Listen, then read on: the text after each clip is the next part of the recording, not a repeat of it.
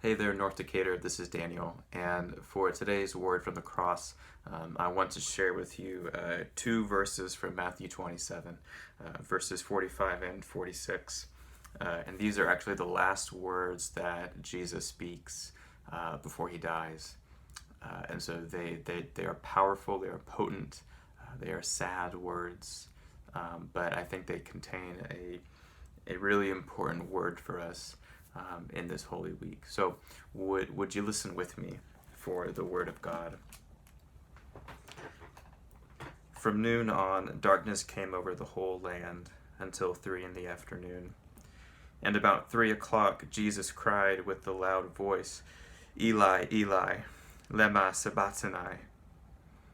That is, my God, why have you forsaken me? These are hard words to hear, especially words to hear coming from the mouth of God. And I've been sitting in this chair for a long time now, trying to figure out how to respond.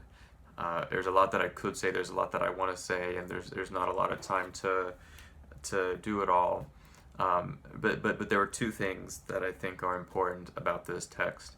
One is that it does indicate that God has willingly entered into the full reality of what it means to be human. Not 1 foot in, 1 foot out.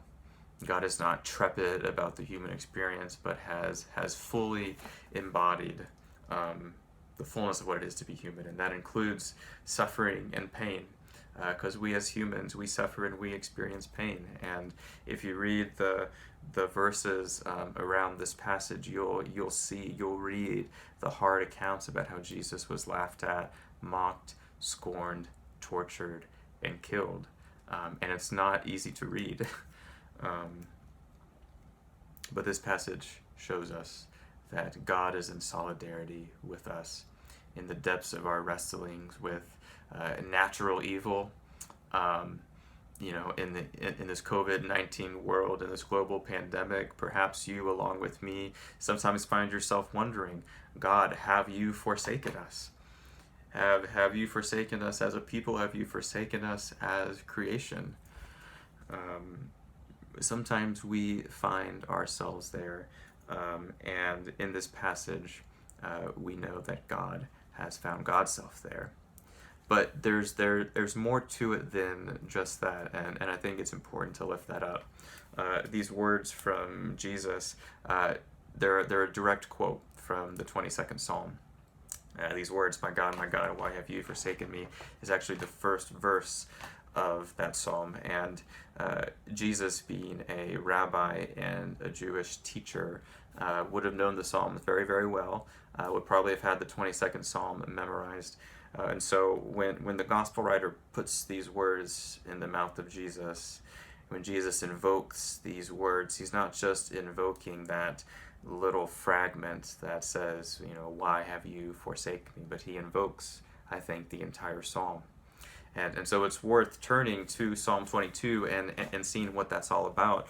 And I would strongly encourage you today, immediately after you watch this video, turn to the 22nd Psalm and read the 31 verses and see what is the fullness of what Jesus is invoking in his last words on the cross, because it is so much more than just this feeling of being forsaken.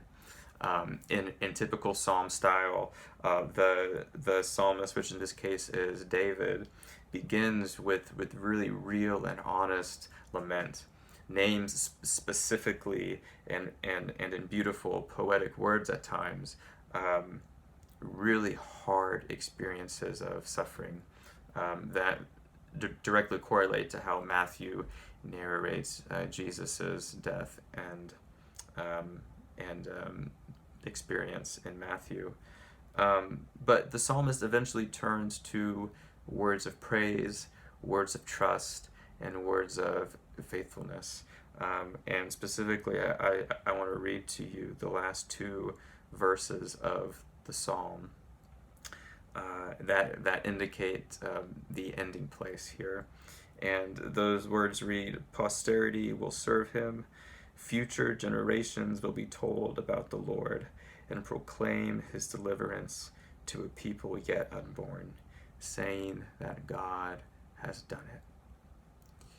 And so I think if you look at Psalm 22, you see the fuller picture that Jesus is both invoking on the cross the depths of human suffering, and is also invoking words of hope, words of trust, and words of faithfulness to God. I don't think God forsakes Jesus on the cross. I think Jesus knows what is happening, that there is redemption afoot, that God is up to something big in this moment. Um, and it is the faithfulness of Christ in this moment that we lean on. We do not lean on our own ability to make this shift from lament to praise, for sometimes we just can't do it. But we remember today that Jesus on the cross, when he says these words, my God, why have you forsaken me?" He both identifies with us in our deepest experiences of grief and points us towards a greater hope. And it is that act of faithfulness that Christ embodies that saves us. And that is the hope that we have, that Christ was not forsaken, and neither are we. And so turn to the 22nd Psalm today and see what it has for you.